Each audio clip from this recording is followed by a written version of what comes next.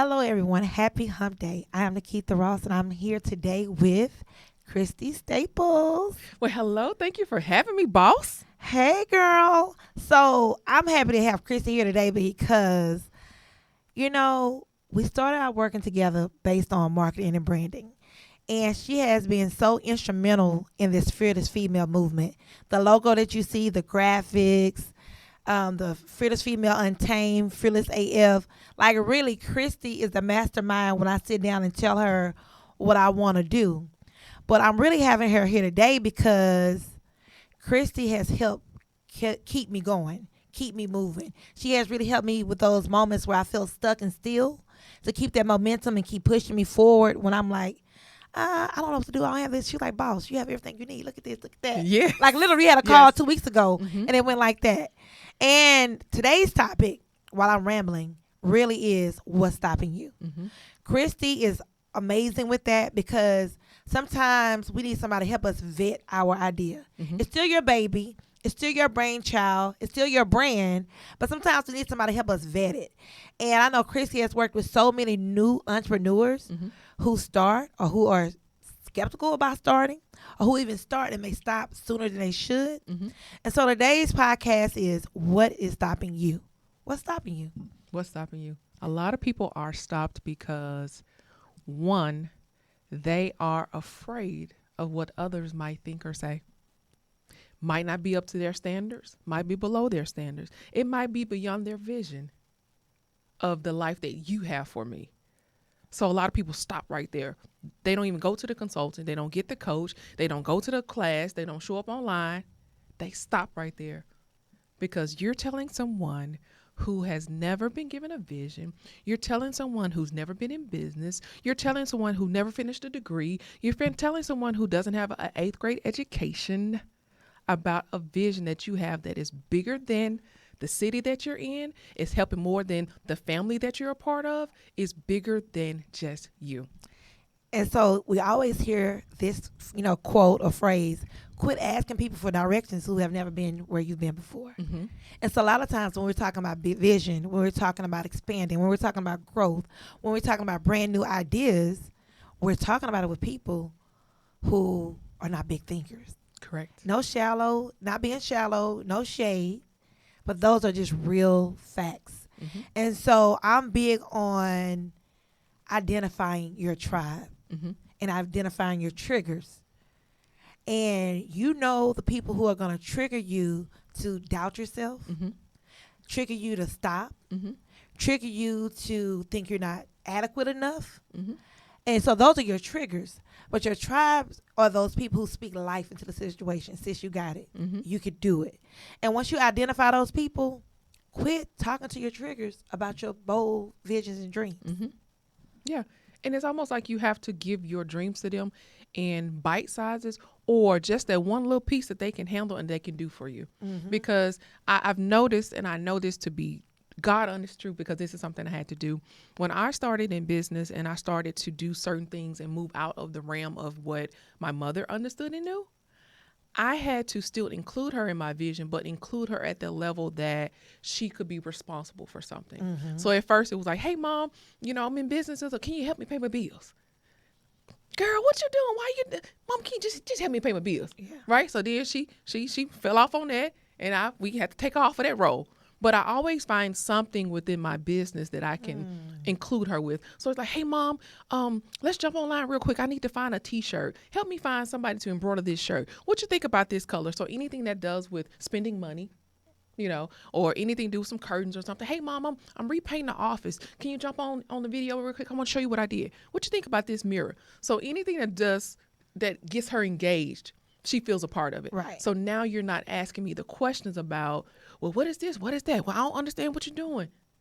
That's my trigger. So basically, understanding her capacity, what she can handle. Yes. She loved picking out stuff. She loved spending a little money. She loved decor. She loved making things beautiful. Understanding her capacity so she can be included somewhat.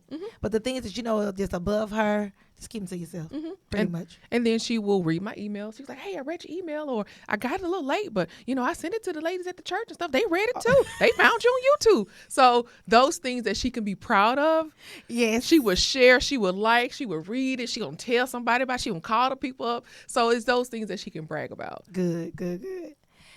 So you say that with your mom. What about friends?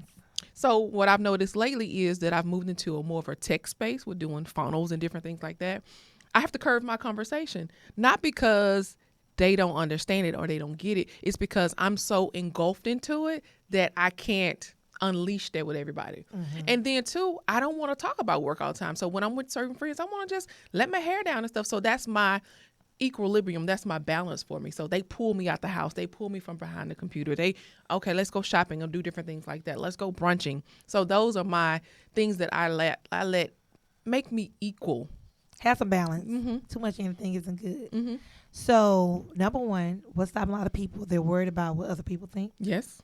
Number two, what would you say? I would say clarity. The clarity, because they're not clear on what they want out of life. Uh-huh. Like I just did a visual representation of my vision board, right? Mm-hmm. And I said that I pride myself on living below my means, because I always want to kind of move around, have some money, or, mm-hmm. I don't want to just spend my money on food and living. Mm-hmm. I don't want to do that. So I always live below my means financially. But what that was pushing me to do was to live below my dreams. So I was like, hey, you've been in this house for 17 years. Amazon just built something around the corner. Let's see what the price value is. Is it time to sell?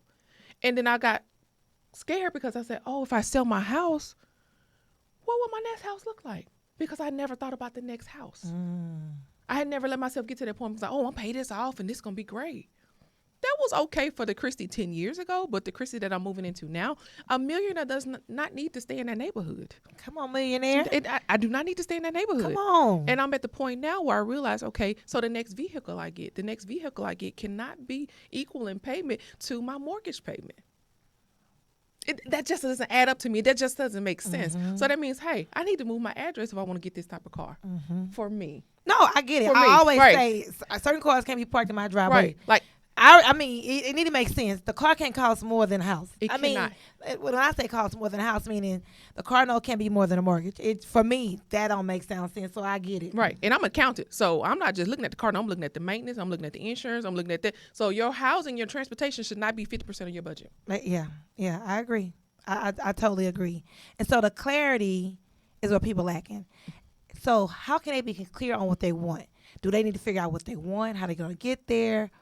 What is clarity? Let's say that. Okay. How do you know if you're clear on things? So clarity is knowing exactly what you want out of life. Meaning you can go down to the specifics, right? So like yesterday, I was looking at Pastor Michael Todd just released a book called Crazier Faith or something like that, and they had people to write on cards what they would believe in God for. So at the end of service, he picked 3 people that had said, I'm believing God to pay off my student loans that are $7,522.55. To the T. They were very specific. Yes. That's how we need to be with our dreams. Yeah. That's how we need to be with our relationships. Like, I'm very specific, and I want to lose 300 pounds within the 90-day period. And so once I set that goal, once I'm very clear on what I want, then what happens? Okay, we need to get up and go to the gym. We need to do this certain amount of cardio. We need to go to our So nutrition. you want to get to 300 pounds, or you want to, how much you trying to lose? Well, I'm trying to lose right now 60. 60, okay. Okay. So that'll get me under 300 pounds. Get you under 300, okay. But that's how specific I am. So now it doesn't even a second thought that time I get up in the morning, feet hit the floor, gym clothes, go to the gym. Right. Because your actions have to be aligned with your vision. Exactly. But if you have no vision, your actions are just going to be wayward. And the clarity piece is so instrumental. I remember when we did our mastermind and everybody was dreaming and writing down their goals. And I'm not going to say dreaming. We were goal setting.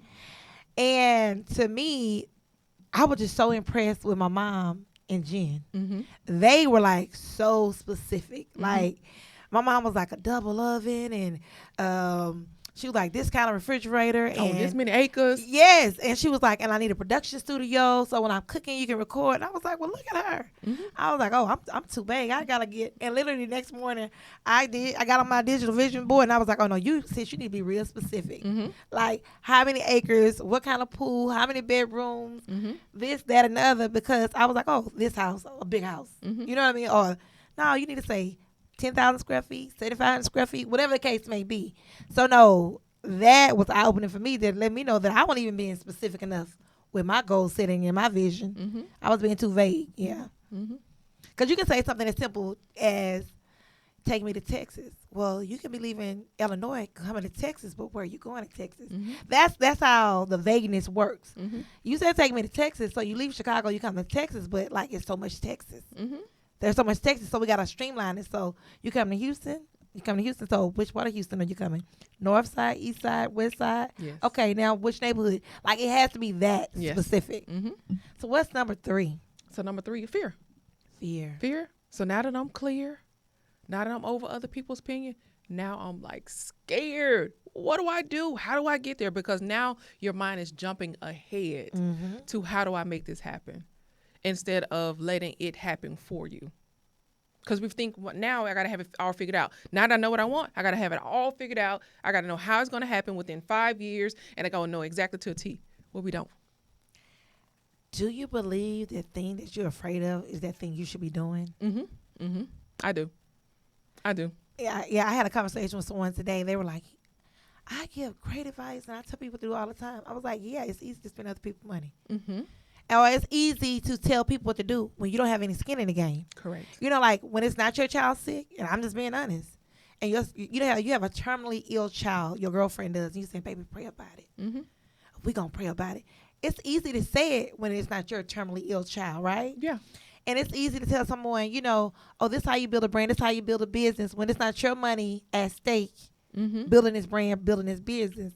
And I was telling this individual, man, you have built 12 businesses without your own money. You watch people do it. You develop them. You've been a part of the whole process from planning to execution. Mm-hmm. You know how to do it. She's Fear. like, I know, but I said, yeah, you got skin in the game. Fear. Yeah. Yeah. Because all the responsibility on you, you're taking all the risk, but conversely, you get all the reward. Yeah. So it's those type of things that we are fearful of. What if it might happen? What if it really does work? Then I have to show up as this person. So I think the main thing with fear is that you are not crystal clear on who you have to become to receive this thing. Like I say, I want it, but do I really want to get up and go to the gym every morning? Mm-hmm. Deep down inside, no, I don't. But I'm at the point now where I don't have to set the alarm clock to go because I'm waking up naturally around 6:30 and full of energy, ready to go. Ready to go. But that means that I had to do what? Cut off the computer a little earlier. I had to start shutting down my eating 2 hours before I go to bed. That means I had to get in the bed. That means I had to turn the TV off and go to sleep.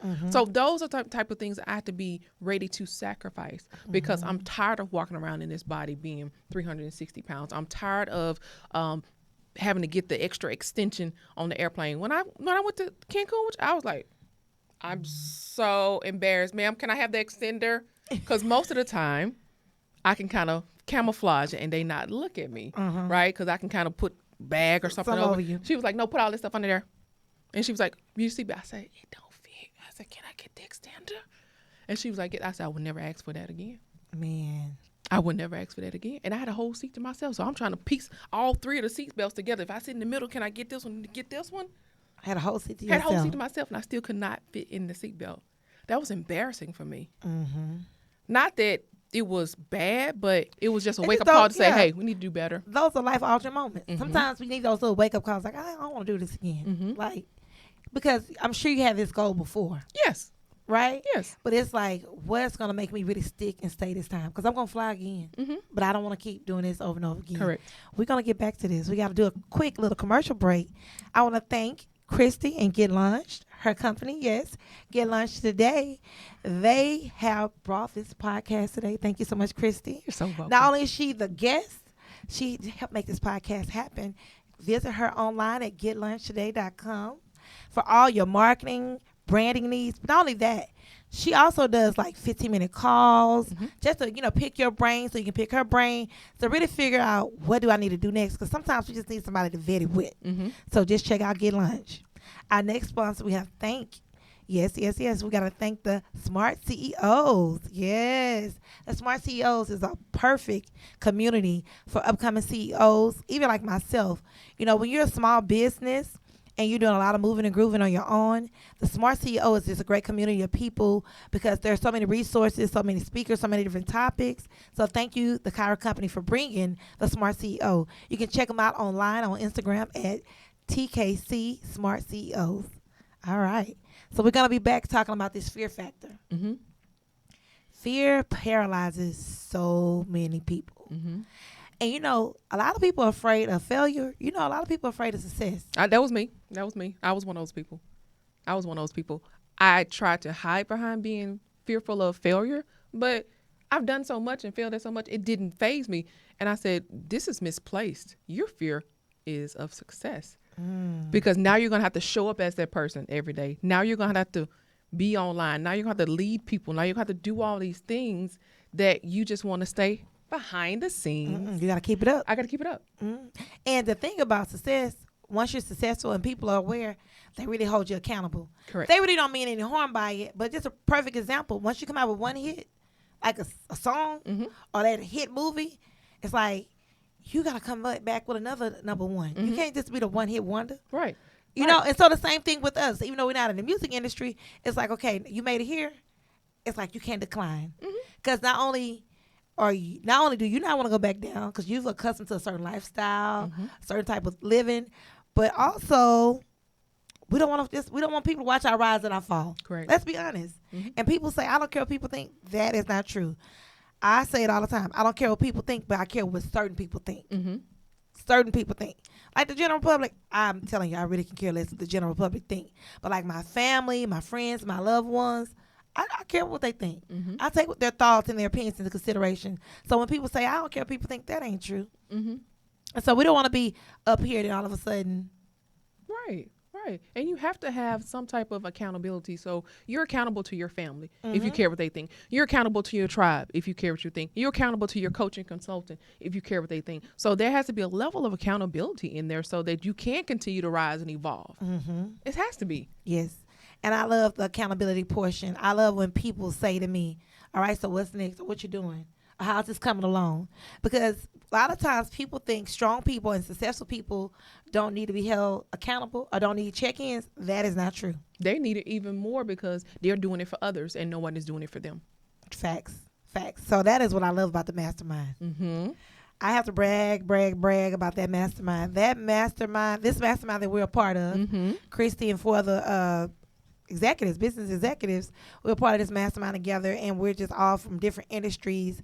And when I tell you, we talking about an hour of power, being able to get on this phone, and I mean it's a Zoom. And let's be honest, I'm gonna be honest, I ain't really crazy about Zooms. I'm on Zooms often, but I'm not a fan of Zooms. But I know we need Zooms to get things done. They're convenient things of that nature. That is not a typical Zoom. No, it's not. It's not. And it moved from an hour of power to 2 hours of power. Yeah. That exactly. It is not a typical Zoom. I mean, like, we're so engaged. We're not even looking pretty, but our cameras are on. I think that's important. Cameras been on, eye contact, face to face, and really, really like picking each other brains and helping us really elevate our businesses. It's good. It's great. Yes. And I think the other part about it too is that you can be honest with somebody and kind of call out that thing that they're kind of tiptoeing around and nobody gets offended. And we're like, yeah, that's it. I was trying to hide behind it, but no, that's it. So just kind of pinpointing what the root of the problem is and not the byproduct that they're giving us, right? So it's just like cut through the chase. Yeah. So, there is power in community. There's power in, being connected to like-minded people. And you have to be honest with yourself. Because someone is your best friend, don't mean y'all have the same thing in common. Especially when it comes to entrepreneurship and business. You know what I'm saying? And so even though they may be your best friend and they'll listen to you, sometimes you guys just don't come from the same world. So, y'all might not be speaking the same language. And that's the beauty of the mastermind. You have people who may be in different walks of life as far as industry-wise, but everybody have the same entrepreneurial struggles. I think that's the beauty of it. So it's like, okay, we understand that we don't have a staff of 100. We understand that we're working with this amount of budget. And so because we all understand that dynamic, we always give real reasonable, actionable, doable suggestions. Correct. Like nothing that takes a year, nothing that takes $1 million, like real things that people really can do. Because sometimes when you're not in the entrepreneurial space, you don't realize money ain't that easy to come by. Mm-hmm. Right. Even though every day can be a payday, every day is not a payday. You know sometimes. what I'm saying? Mm-hmm. So that's the beauty of it. So I definitely encourage anybody listening today to understand that life is also about investing in yourself. Don't think people will always just give you the game. Sometimes you're going to take classes. Sometimes you're going to have to go to seminars. Sometimes you're going to go to workshops. And I'm not talking to entrepreneurs right now. I'm talking to people. People, everyday people. And I'm not even trying to sell my retreat. I'm just telling you, you need to go to a workshop. I have never been to a conference. Never, ever in my life have I ever been to a conference, whether it be hair, whether it be business, whether it be church, that I never came back just overflowing, erupting. Mm-hmm. You need to be refueled. You need to be refilled. And just quit being cheap with yourself. There's so many things that we pay for. Quit being cheap with yourself. There are so many things that we pay for that really don't even have a return. Mm-hmm. A lot of things that we do that really don't have a return on investments. I'm going to say Starbucks. Love Starbucks. But you $5 and $6 a day that for 30 days, and that's $150, $180 that you could have invested in you, a coach, a business, growth, your education. So just quit being cheap with yourself. You have to invest in yourself. Mm-hmm. What would you say about that? Do you think people are like stingy with themselves but spend money on everything else? I do. And it's a type of person. And I think that person is, just like you said, it's someone that is trying to get something for nothing. They want the accolades. They want the shine. They want the pop in Instagram. They want the Cash App notifications, but they're not willing to make the investment. Yeah. You just think that you can make deposits and just get withdrawals all the time. No deposits, few deposits, little here or there, trinket, and then you get a flood back. It doesn't work like that. It doesn't. And, everything costs. Mm-hmm. Like, everything costs. Where we were talking, I'm going to do a podcast on this one day because I have to. Being fearless on social media. I want to do a podcast on that. And I say that because there are a lot of people on social media who look at people Instagram all day. Look, but they have 0 pictures on the Instagram because they're afraid of people judging. Mm-hmm. And I'm like, people gonna judge, but be fearless on social media. This is me, this is my life. People gonna judge anyway, whether you show up on Instagram or whether you show up in person. Mm-hmm. But I'm saying all that to say, but it took time. Mm-hmm. The pages that we love the most are curated. They're pretty. They're neat. Great lighting. Great pictures. Mm-hmm. Sometimes it's staged. Mm-hmm. But they invested. That's just a moral of the story. Whether they invested in a photographer, whether they invested in a camera, and we're not even talking business. We just talking about just bloggers or people who just have beautiful Instagrams. Mm-hmm. At the end of the day, it's an investment. True. And so when you invest, the level of quality for everything, whether it be your life, Instagram, your business, it just goes up. Mm-hmm. Mm-hmm. And I just think in different seasons, we have different areas that we need to make an investment because that's maybe the area that we are lacking in, or that's the area that we want to grow in, right? Mm-hmm. And so if I want to grow my Instagram now. So I'm more aware of the types of reels I'm posting. I'm more aware of the content I'm posting. Yep. I'm on Sundays, I'm getting together little buckets. I'm planning my stuff out. So nothing is haphazardly anymore. It's a strategy to it. Yeah. But so that's the thing. And even before we even started this conversation, it's a lot of things you did on your own prior to, and you're great at it. Mm-hmm. But it's like, no, I need a little extension. Mm-hmm. I gotta expand. Mm-hmm. I gotta level up. Mm-hmm. But in life, the level up requires you to invest and do something different. 100%. Period. Point blank. Mm-hmm. Period. Point blank. A lot of times, we're sacrificing this one thing for this thing. Like Christy, I'm gonna tell you, I have Christy on a monthly retainer, Mm-hmm. and it's the best money I spend. Mm-hmm. It's some of the best money I spend. Like, she with the, Reliant Energy. Because, no, I'm serious. Right. But I love the fact that I don't have to hunt her down.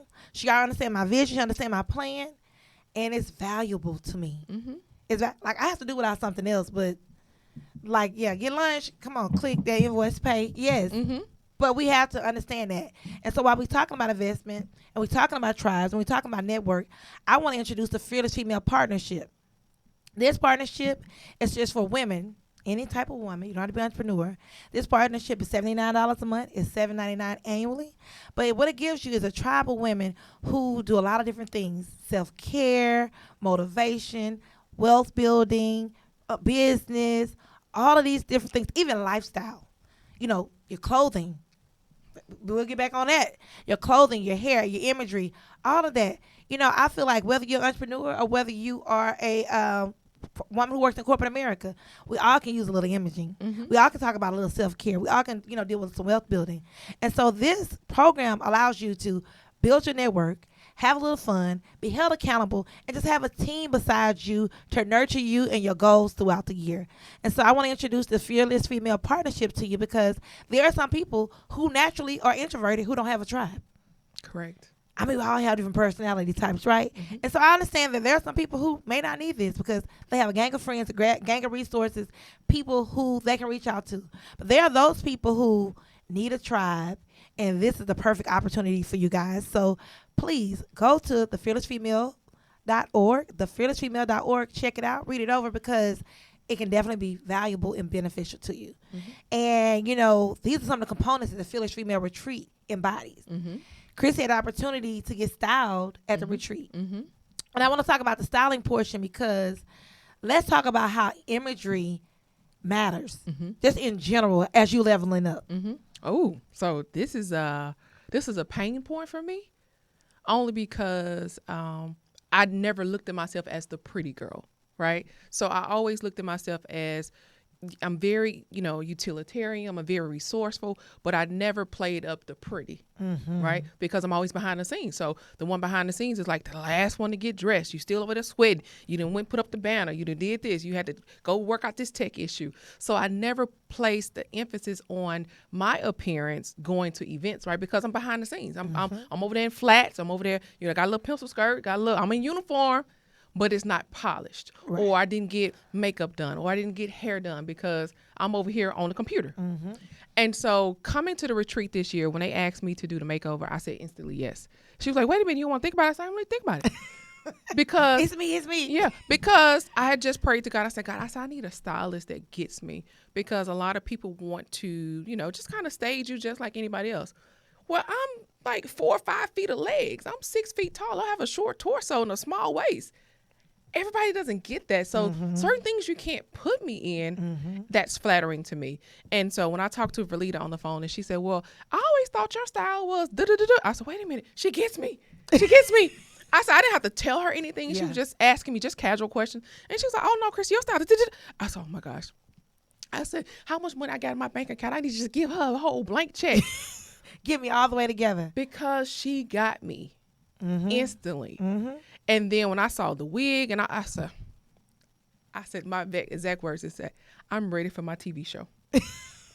And so that planted a seed for me going forward to identify something I've been really wanting to do, which is radio and TV, because I'm great at speaking, because I'm great at on camera. I have a great personality. So why doesn't the world need to see this on TV? Come on. Right? Come on. So that planted a seed for me, because I said, I feel just like Taraji P. Henson in this wig. I said, this is my new hair.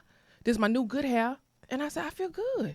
I feel like I should be on TV. So it planted that seed for me. So that whole imagery, everything. You saw how I came in the room. I was just full of energy. I'm already like naturally. Yo, but let me make y'all laugh. This is funniest part. Verlita was like, now calm down now for this wig fly off now. She bounced in that room. She shook her head. I think I did a twirl or something. Verlita was like, hold on, Chris, now. Yeah, calm down just a little bit, because this hair got to stay on your head. That was so funny. But the next level in your agency requires a new you. It does. If you're an executive and you're going to be doing acquisitions and mergers and boss moves and, mogul type stuff, it's going to require you to show up a little differently. And so this is just one of the impactful things that we do. People don't like to talk about looks and imagery, but it matters. And it matters beyond being a hairstylist, being a makeup artist. It matters because we judge people based on what we see. We really, really do. So I just want to say thank you so much, Christy, so much for sharing. Thank you for coming. And thank you for encouraging these women to stop letting whatever stop you, whether it be clarity, whether it be fear, or whether it be other people's opinion. Don't let it stop you. You literally have 3 months in this final quarter to get going, get started. Why wait till January when you can have a head start? I'll see you next week. Bye-bye. Goodbye.